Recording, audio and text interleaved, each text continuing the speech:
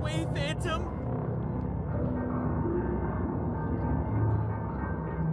Okay, so welcome back to another episode of The Outer Worlds. Where the hell are you coming from? Like, seriously, I'm trying to find you. I can't seem to find you at all.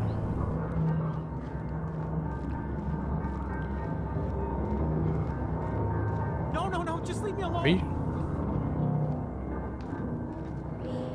Okay, so this is going to be a short video.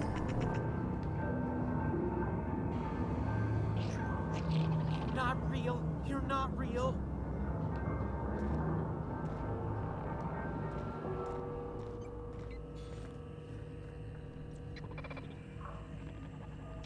Hello? Peekaboo.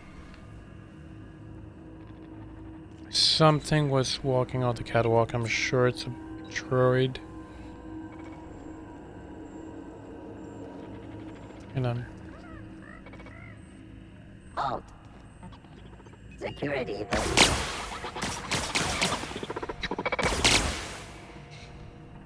hell? Wasn't that... What's his name? Jeremy? Incoming! Unable to start this.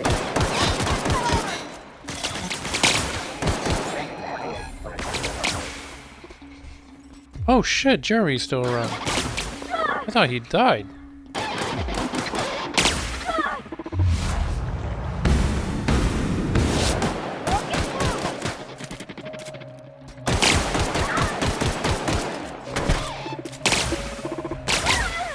Ah, god damn it.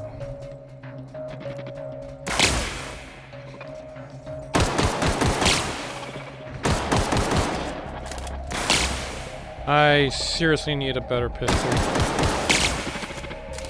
Actually, come to think of it.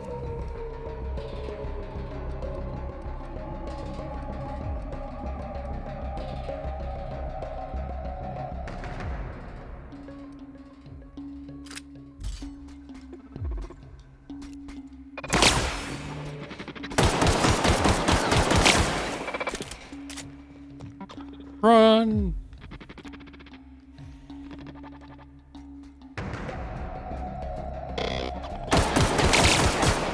Trigger this process again.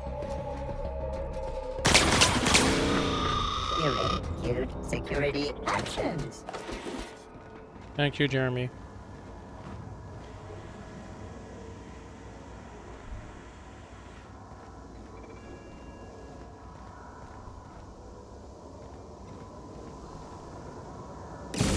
Blast. I'm not sure what the ride is. All I know is the decision's final.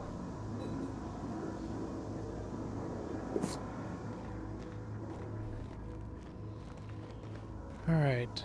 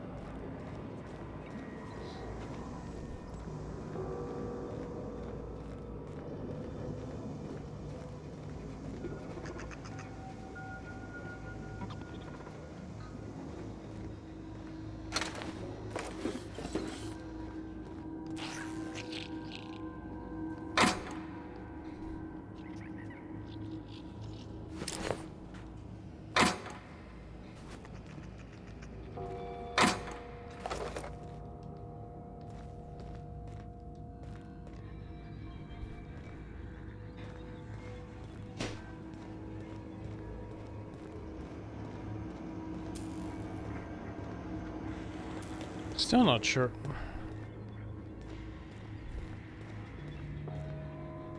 Where is this guy?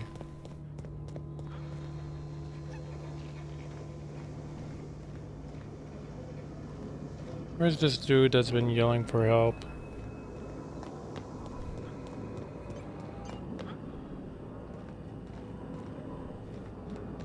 You know what? Screw it. You're on your own, mate.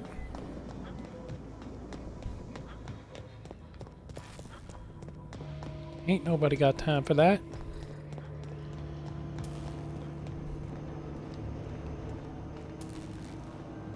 Watch me end up saving his ass anyways. There's no going back. Hey, mister? Look, I know you want your power regulator and all, but I just gotta ask you. Do you understand what you're about to do?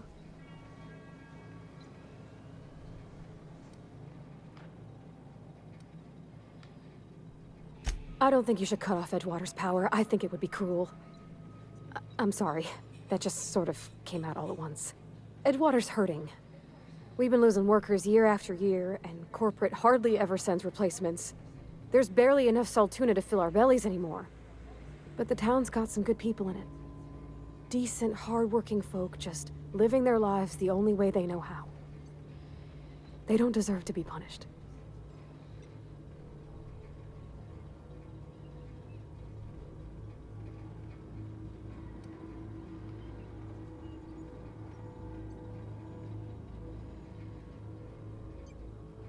That sure sounds like Mr. Thompson. If he was standing here, I imagine he'd remind us of how we're all one big, happy Spacer's Choice family. In Mr. Thompson's eyes, those deserters are still part of the Spacer's Choice family. The family must work together in order to survive. I hate to say it, but I think Mr. Thompson's got a point. Unless those deserters come back, Edgewater's as good as dead. Cutting off their power might be the only way.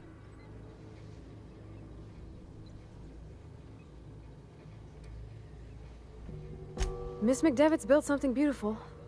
Somehow, she's talked the ground into giving life again. It's plain to see she's made the Vale a better place. Fed the hungry, tended the sick.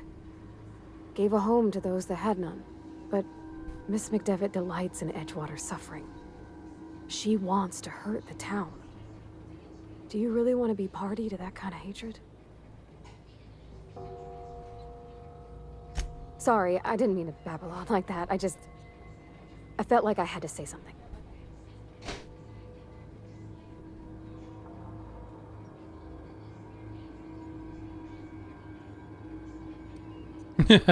Don't worry about it. I was barely listening to you. Really? I mean, wow. Thanks. No one's ever told me those words in that order.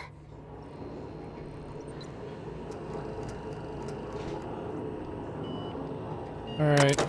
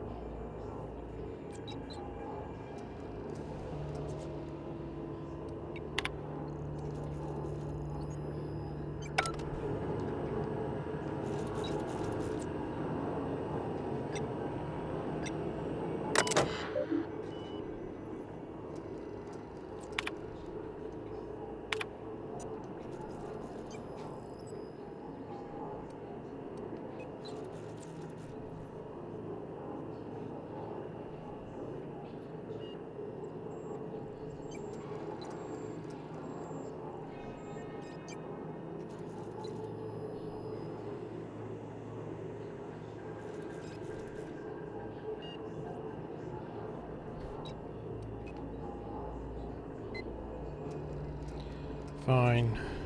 Edgewater it is.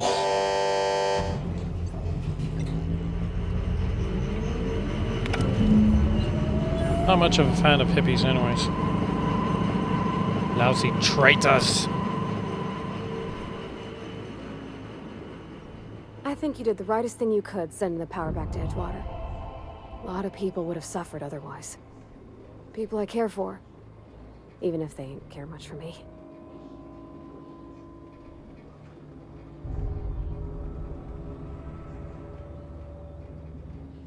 That's on account of how I never met her.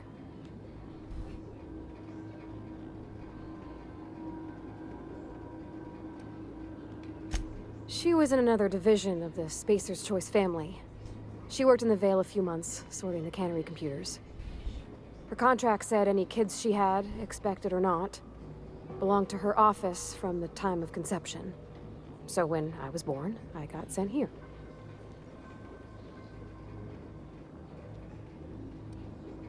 It's sensible.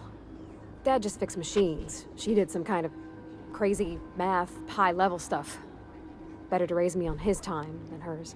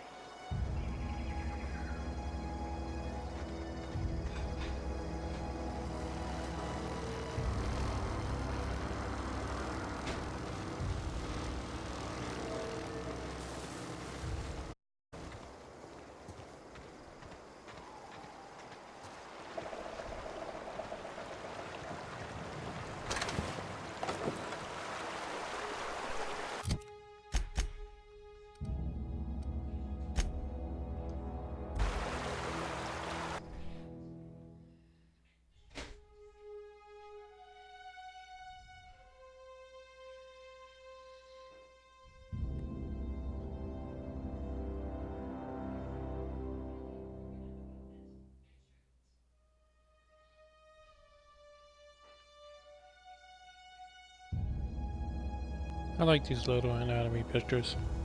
They're weird, but well, actually, all the loading screens. Uh-oh.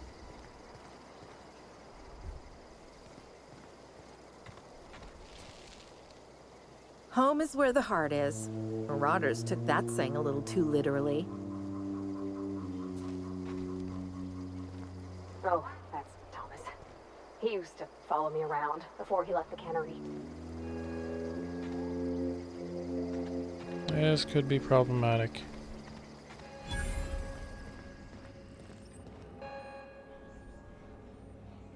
That's the thing Yep. about growing old. Your eyes start to fail. Elsewise, I would have seen you for the snake that you are, chopped you into pieces and roasted you on a spit. This is all you're doing. Cutting off my power, killing off my garden. Without refrigeration, my food will spoil, and my flock will starve.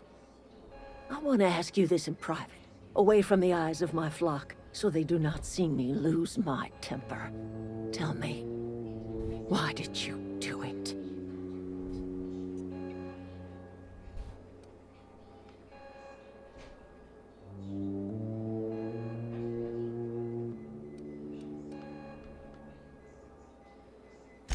You want my flock wasting their lives in that cannery? Fine. Go and talk to them.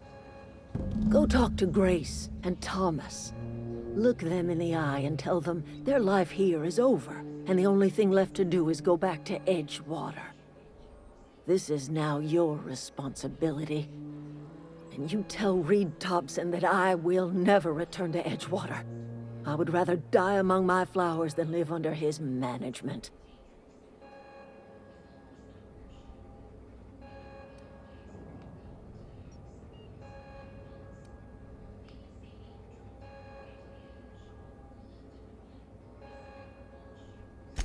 My son worked in that cannery. When the plague started coming, he was one of the first to fall sick. We had a store of medicine locked away, but Reed refused to treat him. Said my boy didn't deserve treatment. Said the medicine would have been wasted on him. So I buried my boy in the cemetery, gathered my belongings, and left. That's as much of the story as you need to hear. You should have told me that a long time ago.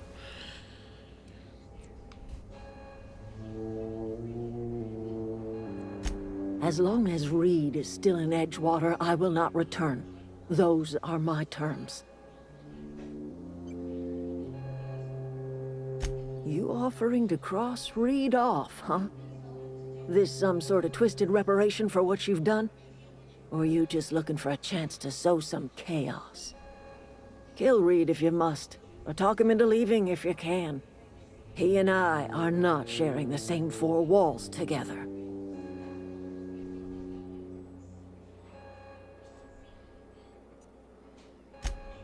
Tell Reed that I can make his people healthy again. I can end their plague. Start a new garden right in the cannery. 3 square meals for every man and woman in Edgewater. Tell him how I've made the Vale bloom again. The soil has whispered its secrets to me, and I alone know how to breathe life back into the earth. The secret is human corpses. I've been grinding them up in my fertilizer for years. Marauder, What the worker, fuck? don't matter much to me. The human body is rich with nutrients.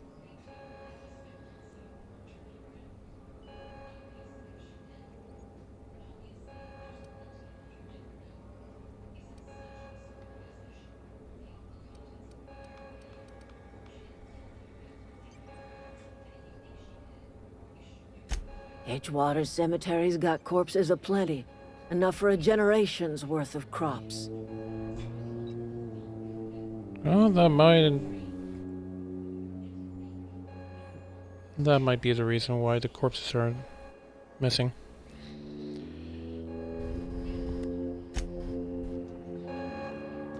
I'll be taking this.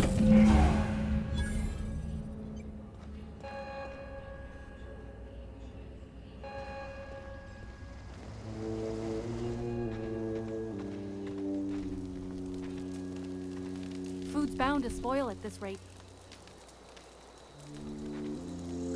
One of us All wanted right. to know how see much what longer happened. we'll last without power. I don't know what you did to talk some sense into Zoe, but I appreciate it.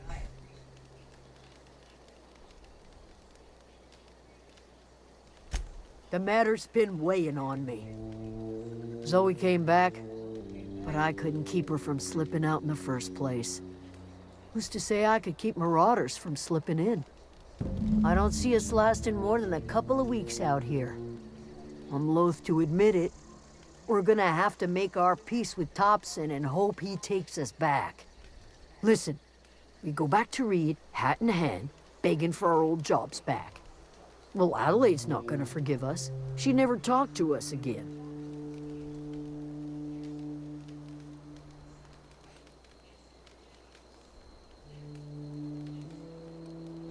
Edgewater's not just a town to Adelaide.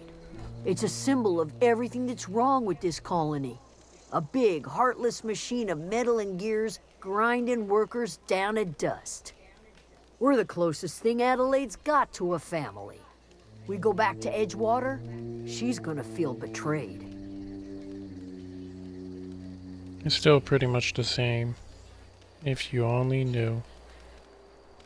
You better be sure about this. We go back to Edgewater without Adelaide, she's never coming back.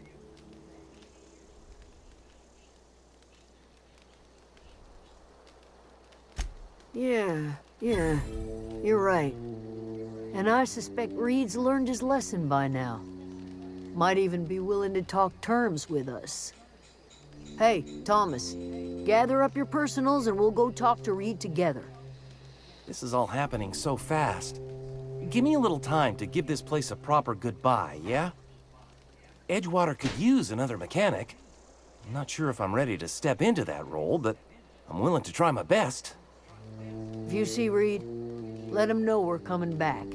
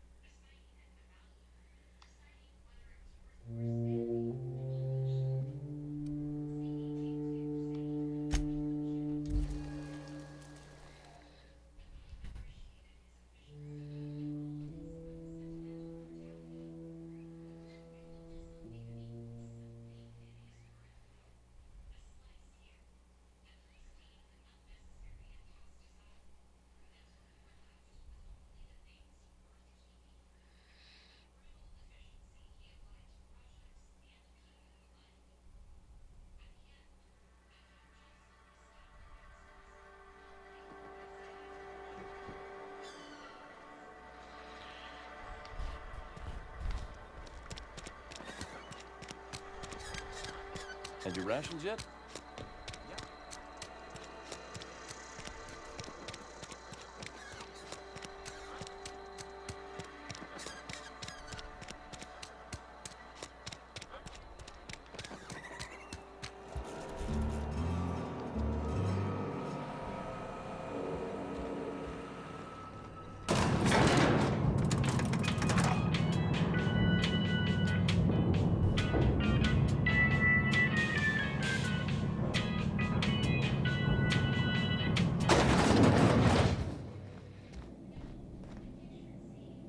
This is a fine day, friend. Power flows through our town like a cool stream of water. I trust Adelaide's people have seen their way to reason. So, when can I expect them back at their posts?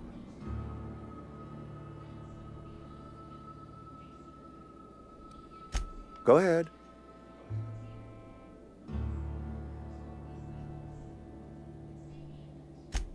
It is my job to keep two eyes on my town. I am the steward of this place, and this is my watch post.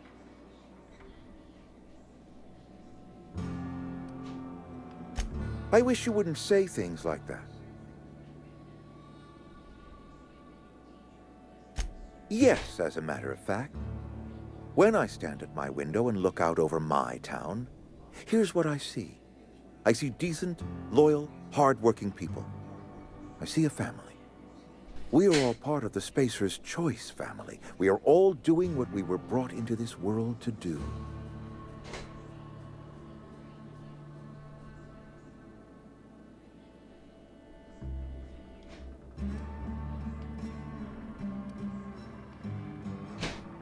This is a Spacer's Choice town. We're all part of the Spacer's Choice family here. The company keeps us warm, keeps us fed, keeps us working. Loyalty's got nothing to do with it, friend. This is good old-fashioned gratitude. I'm trying to remember 25 years, 26. When you get to my age, the years just rush by. You stop counting altogether. I remember looking out this window and seeing the veils spread out from horizon to horizon. We were a sprawling town. We were booming. Times change, people change, but the veil will always be here. Spacer's Choice will always be here. Our work won't ever end. I take comfort in that. Go ahead.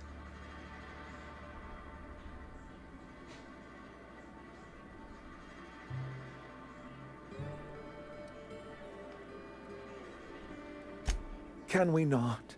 Talking about unpleasant things always gets my bile up. If I had enough medicine to treat everyone who fell sick, I would, but I don't. I can't save everyone. So I have to choose.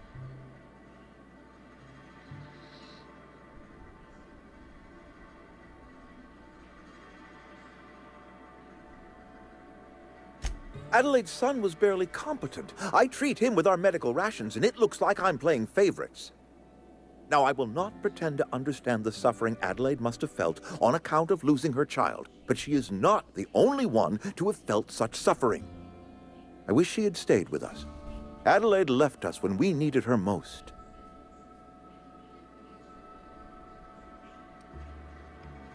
That I cannot say. There was no moment when the plagues began. Disease always lurks on the fringes of society, waiting to infect the idle and the lethargic. But in the last 10 years, the plagues have become progressively worse and increasingly frequent.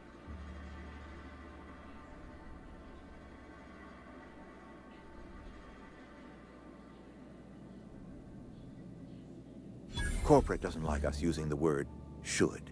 It encourages the imagination. I believe plague is a test. It is a test of our loyalty and our fortitude, and it is one we will see through to the end.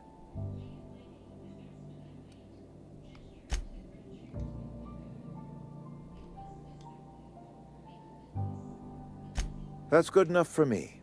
Adelaide and I have a history. Was unlikely she'd ever come back. But hope springs eternal. We are in your debt. I am authorizing you for a discount on all official Spacer's Choice products, courtesy of the people of Edgewater. By all means. This whole fiasco is not one I am keen on repeating. I was too hard on my own workers. I pushed them to their breaking point.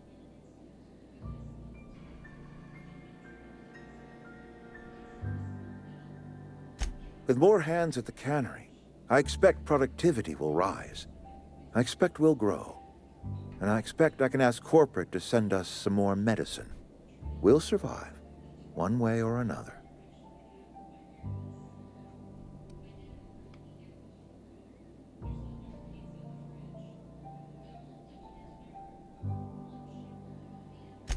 I do. Grace Romero, wasn't it?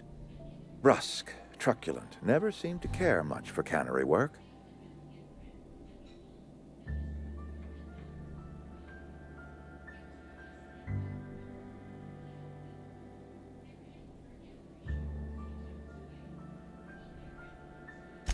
Protecting a camp from marauders is no small task. I'll see to fitting her out in a guard's uniform.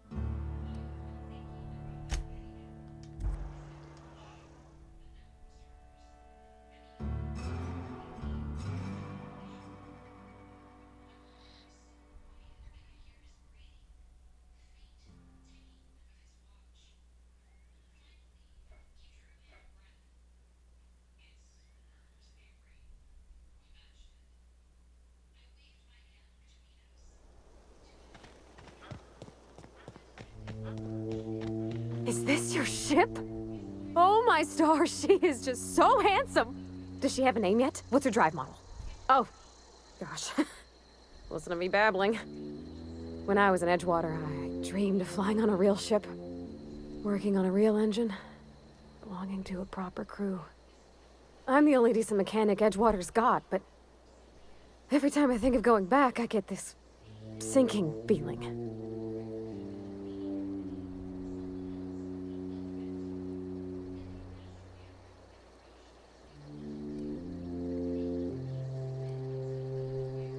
Well, it's kind of you to say that. And you're right. I wasn't happy. I want to ask you something, and you can say no. But can I come with you? I could tend to your engine. I know my G-valves for my catalyzers, and I can keep your ship singing. And if you ever need a pair of eyes watching your back, I can do that too. What do you think? Absolutely not. I do not need an engineer on my ship.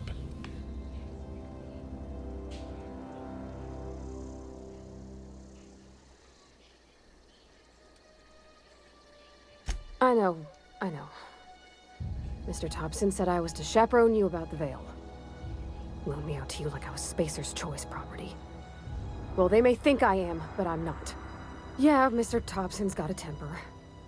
But I'm more scared of missing out than I am of him. I don't want to lose my one chance at seeing the stars.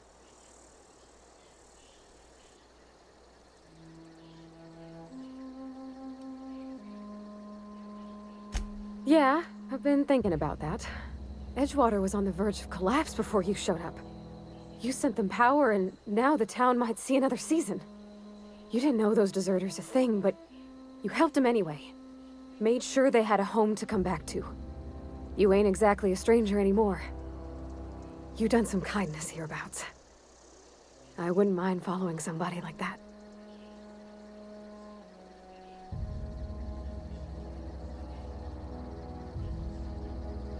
Yes! I mean, thanks. You won't regret this, mister. Captain. I can call you Captain now. Ha! I got a captain.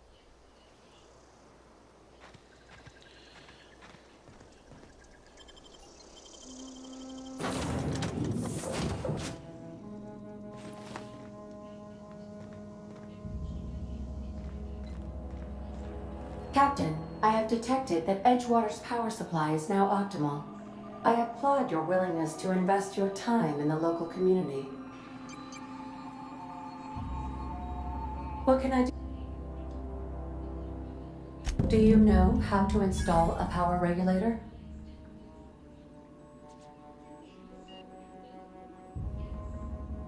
Outstanding, Captain. Your aptitude for engineering will prove invaluable in the event of another catastrophic engine failure. Our engine room is located behind you. Across the cargo bay, up the ladders.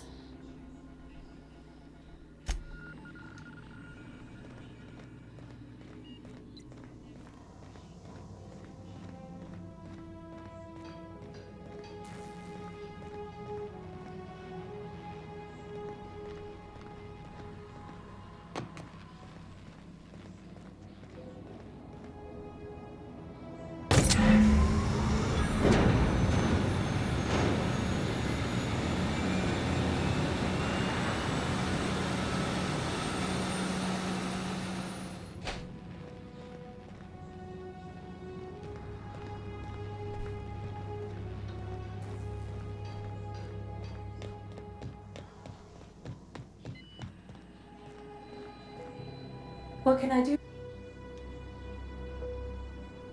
All systems are operating within acceptable parameters. I am prepared to bring the unreliable into low-altitude orbit. This should prove an adequate test of our flight capabilities.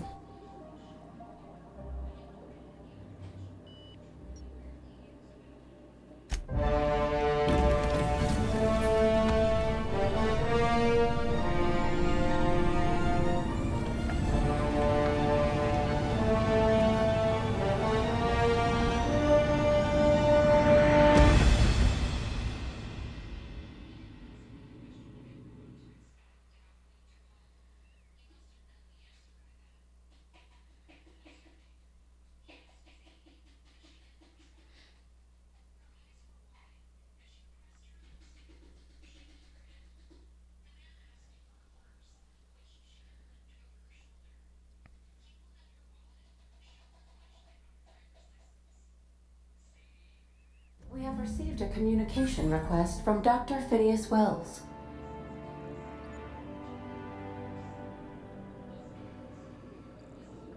Aha, there you are. Hale and hearty, and captain of your own ship. I see you're putting the unreliable to good use. Shame about her former captain. Horrible way to die. How are you feeling, by the way? I lost track of you in that cave back there. Experiencing any, unnatural drippage? Perfectly normal side effect of thawing, I assure you.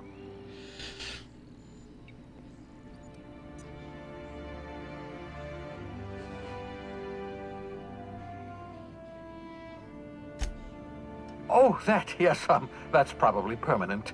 I wouldn't worry about it, though. I'm sure you're fine. What you saw in Emerald Vale is happening all across the colony. Food shortages, lack of supplies, and basic necessities. We're dying. The chairman, the minister, and all their lackeys on the board are to blame. The Hope has some of the brightest minds Earth ever sent us. If we can revive the Hope's colonists, they can help us undo the board's mistakes. They can help us set things right. You need to get to Stellar Bay on Monarch. I have contacts there. They'll help me, help us, find the chemicals to revive your fellow colonists. Gladys Culkelly, lovely woman, runs a cozy little black marketing outfit on the Groundbreaker. She can get you a nav key to land on Stellar Bay.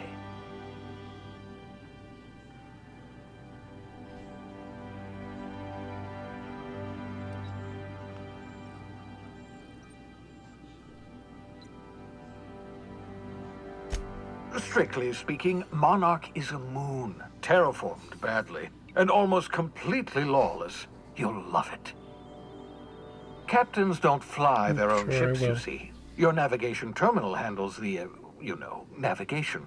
Think of a nav key as a set of flight instructions. The board's been confiscating nav keys for Stellar Bay, so we must rely on unconventional means of acquisition. Hence, Miss Gladys Culkelly.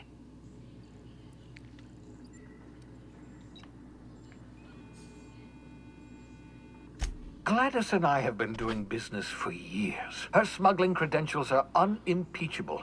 If anyone can get you a key to Monarch, it's her.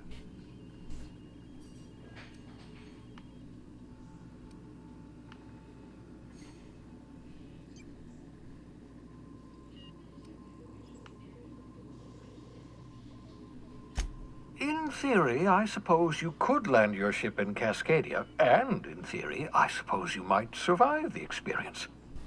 Cascadia is utterly seething with dangerous, highly aggressive creatures, more than capable of tearing you limb from limb. You'd have to be a lunatic to land in Cascadia, and I'm reasonably certain I tested your brain for incipient signs of insanity. Trust me, talk to Gladys Culkelly.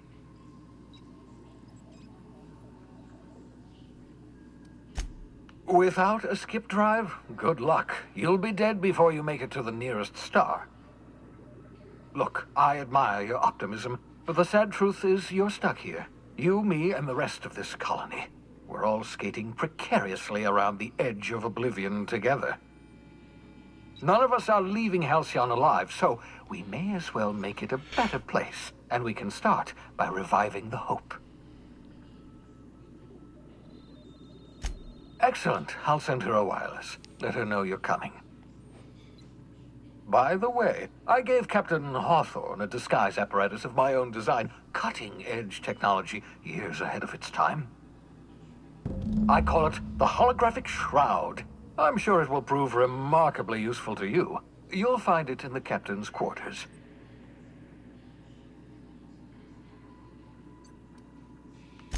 Marvelous device. I'm quite proud of myself. The shroud changes the user's appearance to mimic that of another.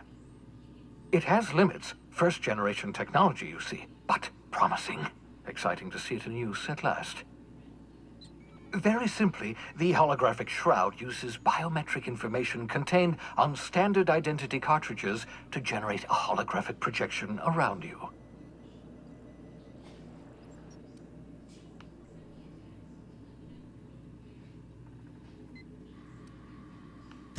Ha ha ha ha! The beauty is they don't expect it. The shroud is the only one of its kind. We humans have a tendency to overlook the unexpected.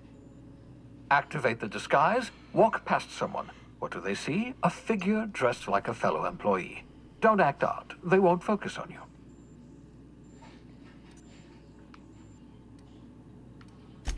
Only stands up to a casual scrutiny. Use it too long, bound to flicker, blur, something like that. Movement makes it more likely. Best used in moderation. When you see guards in your path you can't sneak past, for example. Maintain your distance. Act normal. No running, no jumping. Don't draw their attention. If they pay attention, they're more likely to notice flaws in the hologram.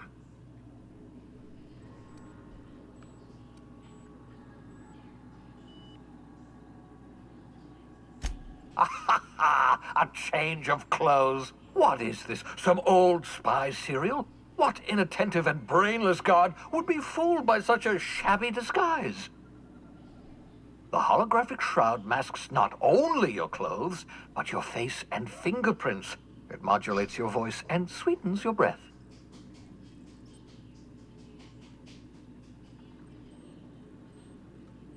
Science, that's how.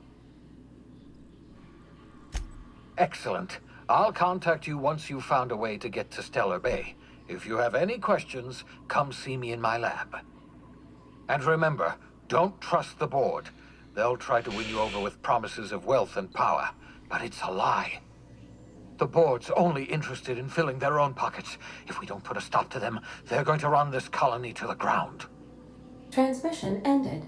If you are ready to depart, please select a destination on your navigation terminal.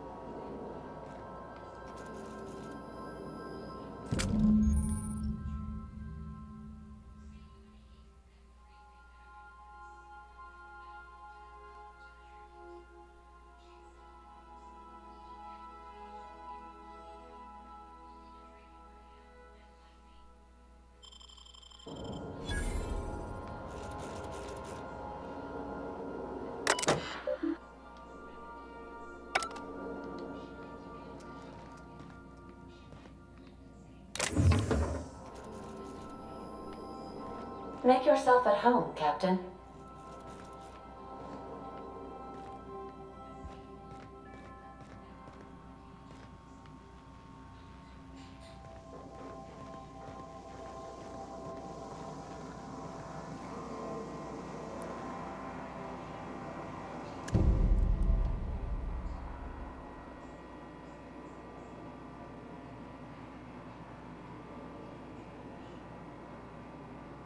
Ooh, I get a robot.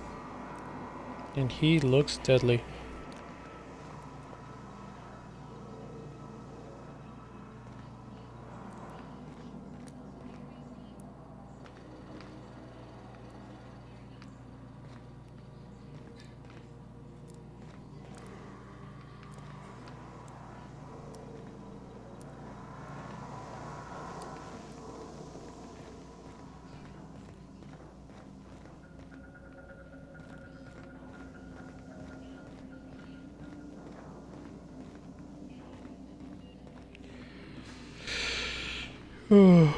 Alright.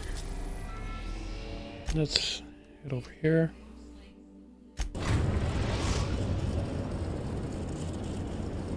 The Groundbreaker has approved our request for docking, Captain. You're free to disembark.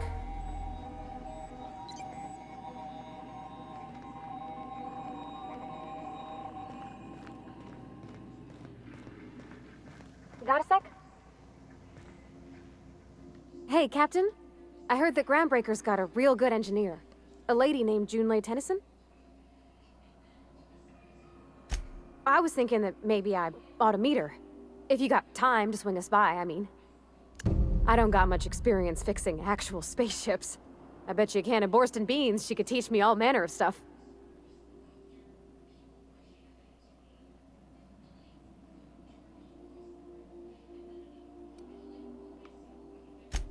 I abso-surely can. I'm a passing fair mechanic. Even Mr. Thompson would have said it's my only skill. But I'm used to working on cannery lines, AG loaders and the like. There's tricks about ships I ain't learned yet. All I'm looking for is a few pointers. I bet a lady who runs a whole station has forgot more than I ever learned.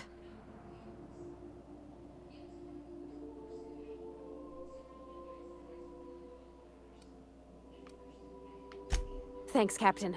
I'll be sure to make it worth your time. Did you want to talk about something else?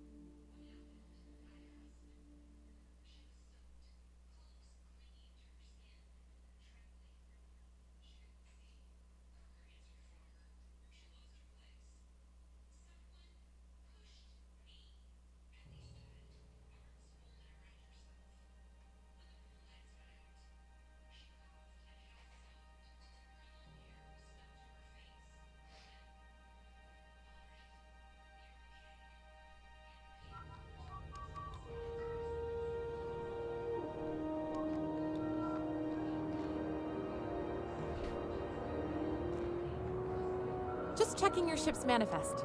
Standard procedure. Welcome to Groundbreaker, by the by. Don't mind the heat.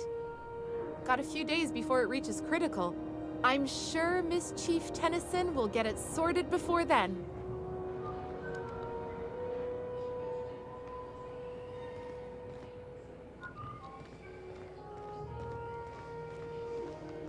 Not a bad looking place. That's not the point. This halfwit just knocked out one of my workers. Yeah, with a tossball stick. I heard you the first time. There weren't any witnesses. No witnesses? He's not even denying it. Jackass had it coming. Shut it, Felix. You're not making this any better.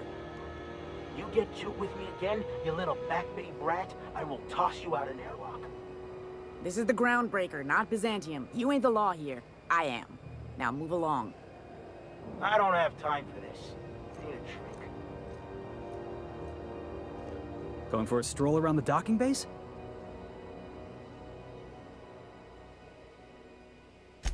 Sure was. Got a knack for upsetting the board and the Mardettes all at once.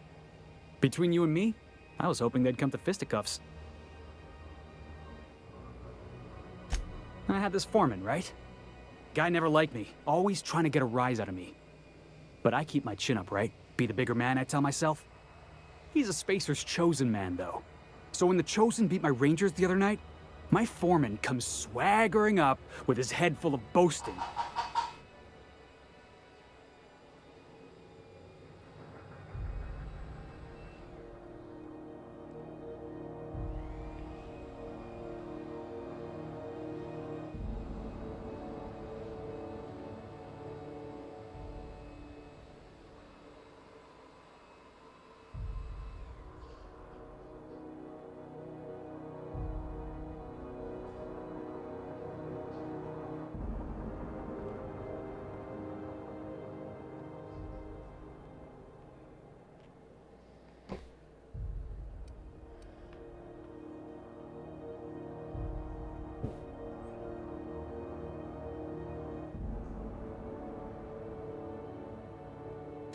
That's when I broadsided him with a tossball stick.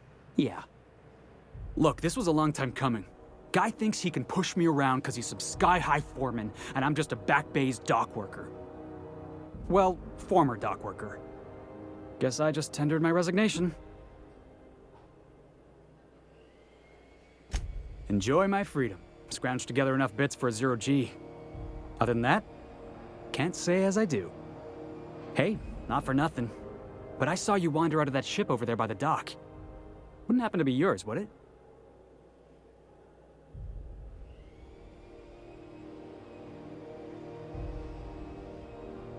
Captain of the Unreliable. You're like something out of a serial drama. Hey, I don't want to talk your ears off, guessing you got places to be. I appreciate your time. Felix Millstone. Pleased to make your acquaintance. See you around, boss. Alright, I'm gonna call it a night.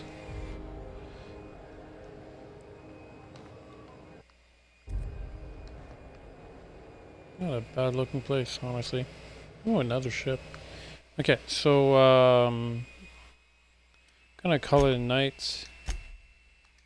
I know I said yesterday that the next video would probably be next week, and I lied twice because I did a one last night with no commentary, and now this one with commentary. Well, some commentary, but seeing how my schedule is, it's probably going to be no earlier than Sunday. Or maybe tomorrow night. Depends. So, hope you guys enjoyed, and I'll see you guys next time. Ciao.